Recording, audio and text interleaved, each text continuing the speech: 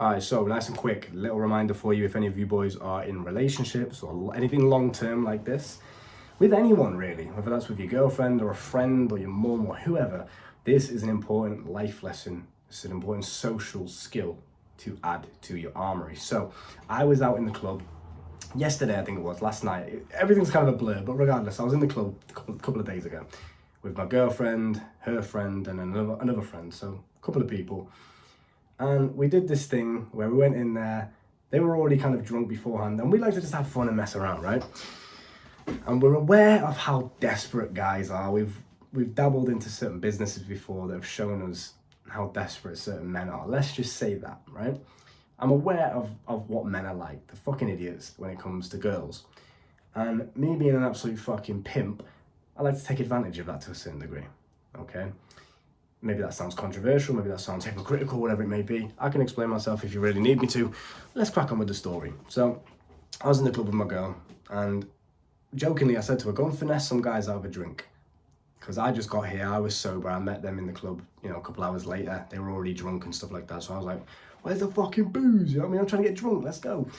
So I jokingly just said to her when I gave her a hug, kiss, whatever, and I was like, go and finesse some guys out of a drink. Go and see if you can get a free drink. I know what you're like. I know you can do it. Go and sell them a dream. And she, being my little amazing girlfriend, she went, hey, okay, laughed about it. It was cute as fuck. Went over there to some of these guys. They looked like salesmen. They had clean shirts on and everything like that. And the whole time she was looking at me, like checking, am I doing it okay? Am I doing it? I kept winking at her, like, yeah, you're doing good, you're doing good. And she was basically just, talking to this guy, like, oh, hi, what's your name? Where are you from? Blah, blah, blah. Just standard platonic conversation. Guys, instantly, oh my God, a girl's talking to me. Oh, this is finally my big chance. Most guys don't get laid, ever. So a girl, like my girlfriend especially, comes over and talks to them and they're like, oh my fucking God, wow, okay. I don't want to ruin this. I better buy her a drink. It works every time. So she finessed these guys out of a drink. Bro, it was so embarrassing. This guy got her a drink, gave it to her.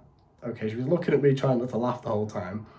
She had the drink in her hand. She's like, oh, thank you so much, thank you so much. The guy then kind of went out of the queue a little bit to go and see his friend, and then he stood over there with his mate and waited for my girl to come over so they could talk and drink together. My girl comes over to me, laughing, gives me the drink, and I'm looking over at the guy, and he's like, where's she gone? And I'm just sat there drinking his drink in the corner like I'm fucking G, bro. I didn't even have to pay for it, but it's funny because we just do little things like that every now and then, and it just goes to show why are some guys like this, bro? They're so desperate. You understand? And you can't help them unless they want to be helped, so fuck it. Regardless, I don't want you boys to be like that, so make sure you don't buy girls a drink unless you're aware or you've spoken to them beforehand, you know for a fact they ain't going nowhere. Stop getting finessed in the clubs. You guys are fucking idiots, bro. Okay? So I was there just drinking the drink, having a good time. It was funny. And then we decided to do it again with some other guy. And it was kind of like a thing we were doing, just laughing about it. Me and her friends were laughing in the corner, whatever, because they were all doing it. And it's funny because we just like to take the piss. Everyone's drunk and stupid. It was just a drunken, fun thing to do. And my girlfriend vapes when she's on night outs, which is a pet peeve of mine. You guys know how I feel about that. Fucking hate vapes. And I take the piss out of her for it. She knows. It's kind of like an inside joke. We joke about it.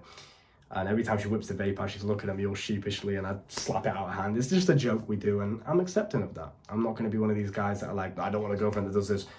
I love the girl, okay? We get along very well. The chemistry's amazing. Everything's perfect in that sense. Just because she has one little habit that I don't agree with, it doesn't change who she is as a person. So I don't define people by their actions. I don't define people necessarily by what they choose to do or how they choose to live their life. I define them by them as a character, by what they say and if they stick to those words, how they treat other people, etc. That's how I define people. So that's the vape thing aside, because I know some little nerds are going to go in the comments, oh my God, your girlfriend vapes. Chill out, bro. So regardless, she vapes. She went up to these guys that vape as well, and they were doing this thing. This is, I guess, apparently something that vapors do. Oh, do you want to try this flavor, bro? Do you want to try this flavor? And I was like, bro, what the fuck is this?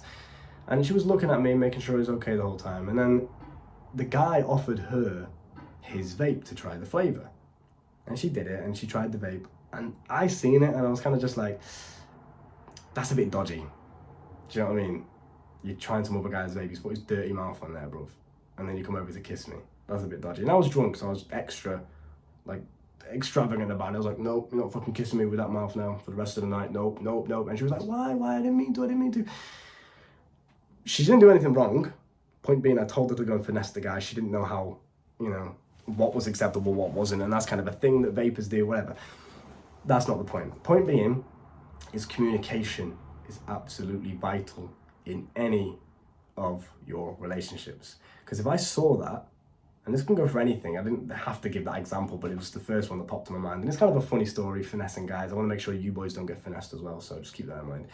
Regardless, communication is important, because if I saw that, if I see anyone that I love doing something that I don't really agree with, or doing something that pisses me off, doing something that disrespects me, then it's my duty as somebody that loves that person to call them up upon it, to speak to them about it, to communicate with them. So she did that, and in hindsight now, as I'm sober and I can think with a clear mind, I don't give a fuck, it doesn't really matter. Do you know what I mean? But in the moment, I was like, oh, what the fuck are you doing? I was drunk. I didn't spaz out or nothing, but that's what I was thinking in my mind, right? Like, oh, you ain't kissing me with that mouth. No, that's disgusting.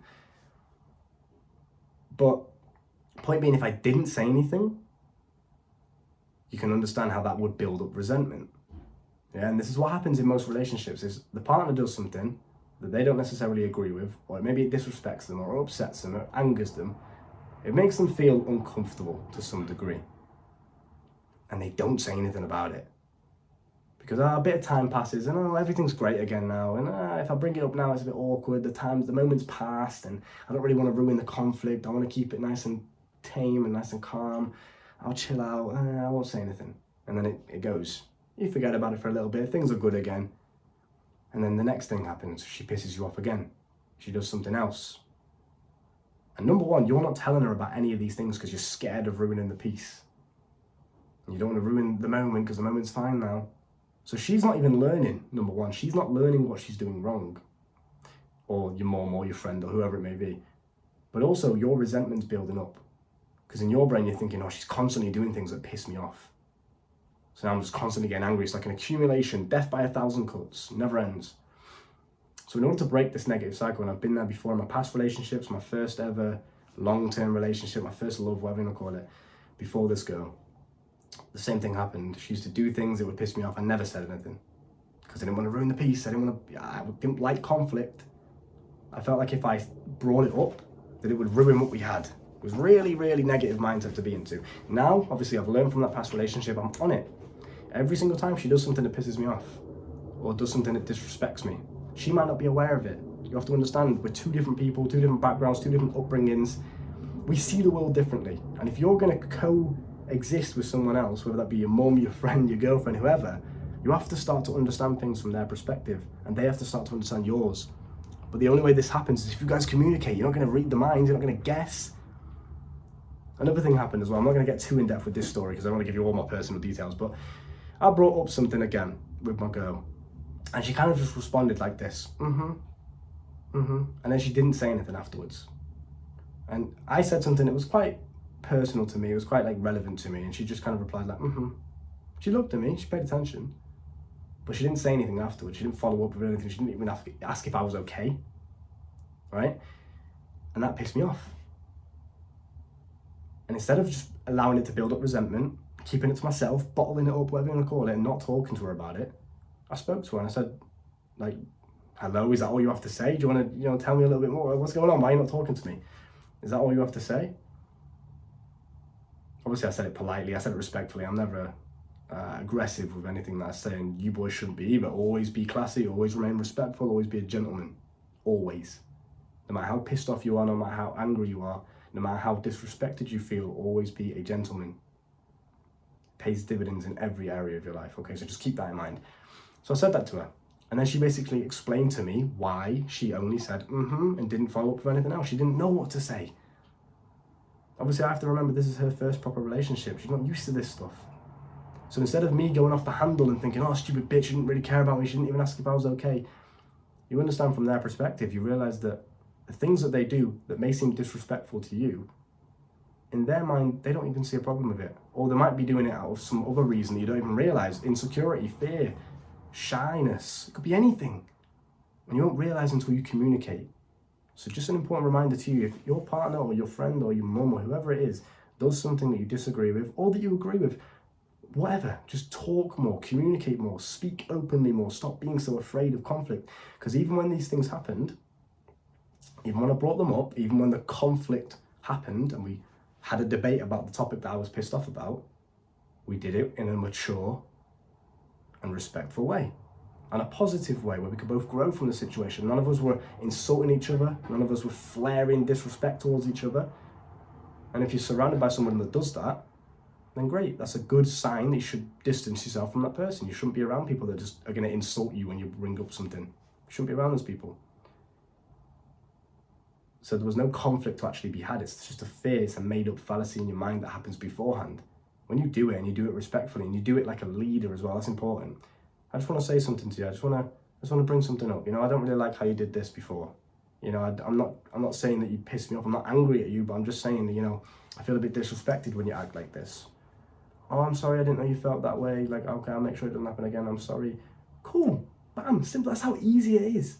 Now, instead of resenting each other and hating each other over time, and this is why most relationships fail, instead you're growing with each other. Side by side, you're on the same team. You're not against each other silently. And this is important. I've learned this through my past relationship that I was mentioning before. And now I'm able to thrive with this one girl, and this is why we're still going. This is why we're so good. Chemistry's fucking like that, bro. It's unbelievable. Can't break us. Didn't get like that by accident. You know what I mean? It's something that you grow with, and communication is the most important thing with any relationship, so keep that in mind. Don't be scared of conflict, communicate and grow together. With that being said, look after yourself. The coaching is down below if you want to learn more from me on a personal level. And there is also a sexual mastery course down in the description if you want to learn how to cure premature ejaculation, porn addiction, the list goes on. Go and check it out and take a look. Look after yourself, and I'll see you soon. Bye.